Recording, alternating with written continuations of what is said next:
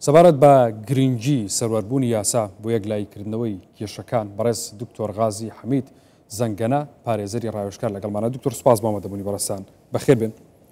گرنگی سەروەربوونی یاسا چییە بۆ پاراستنی مافیا وڵاتیان؟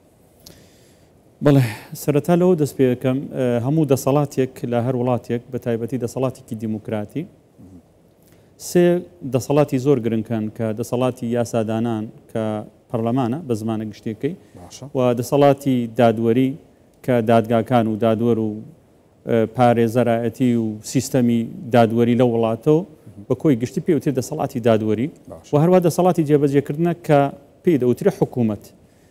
دەسەڵاتی دادوەری گرنگە بەقەدەر ئەوەی کە چۆن حکوومەتێک گرنگە خزمەتگوزاری پێشکەش بە هاوڵاتیان بکە لە ئاو کارەبا و ژیانی ڕۆژانە، چۆن بۆ وڵاتێک گرنگە پەرلەمانێکی هەبێ یاسا دەربکات. دەسەڵاتی دادوەری و سەروەری یاسا ئاوا گرنگە بۆ هەر وڵاتێک، بە تایبەتی بۆ هەرێمی کوردستانیش ڕەنگە بڵێم چەند دەرەجەیە گرنگتر بێ بە بەراورد لەگەڵ وڵاتانی تر، بۆ لەبەرەوەی هەڵکەوتی جوگرافی هەرێمی کوردستان، هەڵکەوتی سیاسی هەرێمی کوردستان بە جۆرێکە هەموو لایەک دەزانن کە لە چواردەوری هەرێمی کوردستان وڵاتانی دراوسێ دژمنانی ئەم میلەتە، دژمنانی ئەم قوارەی وەکو گورگ لە مەڵازدان لە کەمیندان بۆ ئەوەی پەلاماری ئەم قوارەیە بدەن، بۆ ئەوی نەمێنێ، بۆ ئەوی لاوازی بکەن. ئەگەر بێت و دەسەڵاتی دادوەری لاواز بێ، سەروەری یاسا لاواز بێ لەم هەرێمە، کەواتە ئەم قوارەیە خۆی بۆ خۆی پێیەک کۆڵەگەیەک لە کۆڵەکە گرنگەکانی لەق و لاواز دەبێ و دەرفەت بۆ دژمنان دروست دەبێت کە بڵێن ئەم قوارەیە قوارەیەکی تەواو دەستوری و یاسایی نییە. بۆیە لەو ڕوانگەوە سەروەربوونی یاسا ئێجگار گرنگە لە ڕوە سیاسیەکەی، لە ڕوە دامەزراوەیەکەی. ئەوجا ئەگەر شۆڕیشیکەیەوە بەناو کۆمەڵگا بەدیلێکە لە پێناو ئەوەی کە خەڵک بە تۆڵەسەندنەوە بە شێوازی نایاسایی و عەشایری کێشەکانی خۆی چارەسەرکە لە کێشەی سزایی و کوشتن و بڕین و ناکۆکی سزایی تا دەگاتە کێشە و ناکۆکی شارستانی و مەدەنی. ئەگەر سەروەری یاسا هەبێ خەڵک زیاتر متمانی بە دادگاکان هەیە، کێشە و ئاریشەکانی خۆی لە ڕێگای دادگاوە چارەسەر دەکات. زۆر باشە. ینی تا چەنە گرنگە لە هەرێمی کوردستان یاسا ببێتە جێگرەوەی ینی بڕیارە حیزبیەکان، بە تایبەتی ئەو بڕیارانەی کە توندوتی ژیان لەیەکەوێتەوە. طبعا حزبیش خۆی بۆ خۆی کیانێکی یاساییە، بۆ لەبەر ئەوەی کاتێک هەر حزبێک دادەمەزرێ داواکاریەک پێشکەش بەلایانی پەیوەندیدار دەکا و پاش بڕینی سەرجەم قۆناغەکان دوجار لە ڕێگای وەزارەتی ناوخۆی ئەو وڵاتە ئەو هەرێمە مۆڵەت دەدرێ بە و حزبە.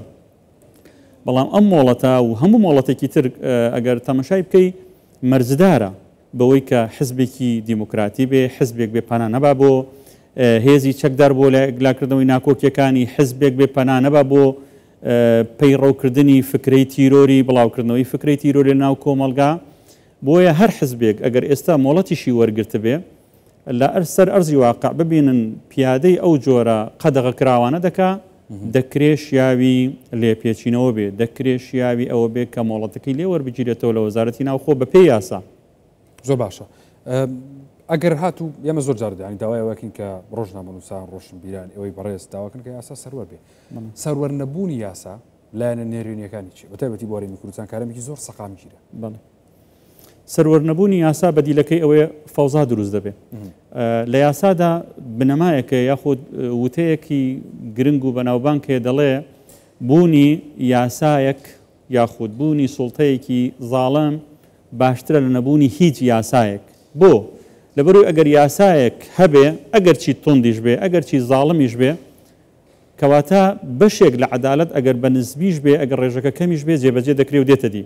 بەڵام لە سایی نەبوونی هیچ یاسایەک ئەو وڵاتە دەبێتە جەنگڵستان، بەهێزەکان لاوازەکان دەخۆن.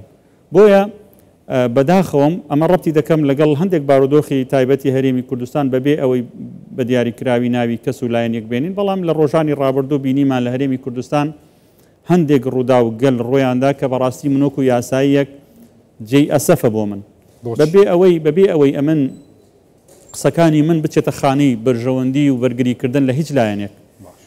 بەڵام ئێمەی یاسایی کاتێک بەکار دەهێنرێن، ناوی دادگا و دادوەر بەکار دەهێنرێت بۆ شەرعیەتدان، بۆ کارێکی ناڕەوا، ئەمە یەکەم شت بوختانێکە، تەشهیرێکە بە ناوی ئێمەوە دەکرێت وەکو دەسەڵاتی دادوەری، وەکو پارێزەر، وەکو دادوەر. سەرەوای ئەوەش وەک باسم کرد لە سەرەتای قسەکانمان، ئەمە پێگە و ئاست و شەرعیەتی هەرێمی کوردستان دەخاتە دەخاتە ژێر پرسیارەوە.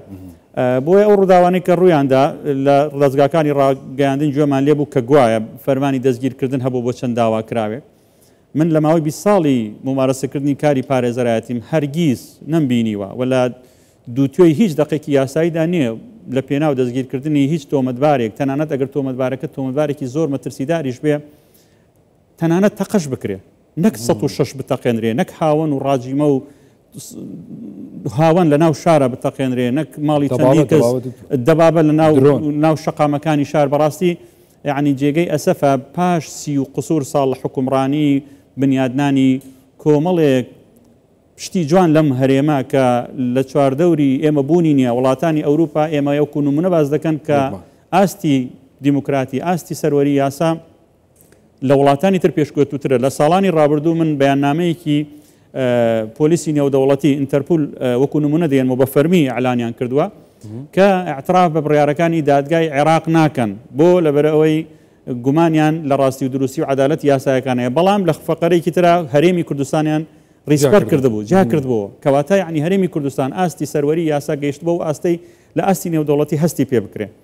بۆیە من هەر پێشەوەی بێمە بەرنامەکەتان ئەو چەند کاژمێری کە لەبەردەستا بوو دوایەوەی ئاگدار کرام و بەرنامێکی لەم شێوەیە هەیە باوەڕ دەکەی دووتێی زۆر یاساگەڕان بۆی شەرعیەتێک بەیەکێک لەو هەنگاوانە بدرێ لە هەنگاوی هەڵکوتانە سەر لە هەنگاوی کۆکردنەوەی 15,000 چەکدار لە نێو کوچە و شەقامەکان و شوێنی نیشتەجێبوون لە تەقاندنی 120-106 لە درۆن بەکارهێنانی درۆن دۆشکا هاوان هەرچی جۆرە چەکێک دەڵێ دیمەنەکان لە تەلەڤیزۆن دیارن بەڕاستی ئەمە عیبەیەکی گەورەی بەنێوچەوانی هەمومانەوە. من وەک دووپاتی دەکەمەوە ئەم قسانەی من ناچێتە خانی بەرگریکردن لە هیچ تۆمەتبارێک داواکراوێک بەڵام پێویستە هەر تۆمەتبارێک تاوانەکەی هەر چەند گەورە بێت تەنانە سەدام حوسێن هەمومان لە بیرمانە کاتێک ئەمریکەکان چون دەستگیریان کرد ڕەخمی ئەوەی ئەو کاتی ئەمریکەکان لە عراق و هەرێمی کوردستانیش زۆر سەرپێچی یاسایان دەکرد تورەکان دەکەستە زۆر سەری زۆر کەسە زۆر خەڵکیان کە لەبچە دەکرد بەڵام لە دەستگیرکردنی دیکتاتۆرترین کەسی ئەم وڵاتە چەکی قورسیان بەکار نهێنا بە شێوازێکی یاسایی دەستگیریان کرد.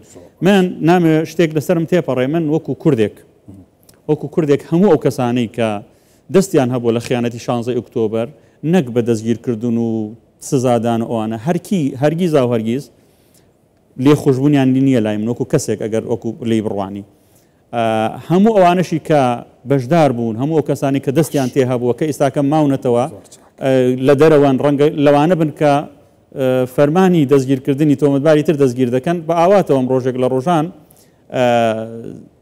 زەلیلی ئەوان و دەستگیرکردنی ئەوان و بە سزاگەیاندنی ئەوان ببین بەڵام ئەمە مانای ئەوە نییە ئێمە خواستی شخصی خۆمان عاتیفە لەگەڵ بابەتی یاسایی تێکەڵ بکەین. زۆر باشە.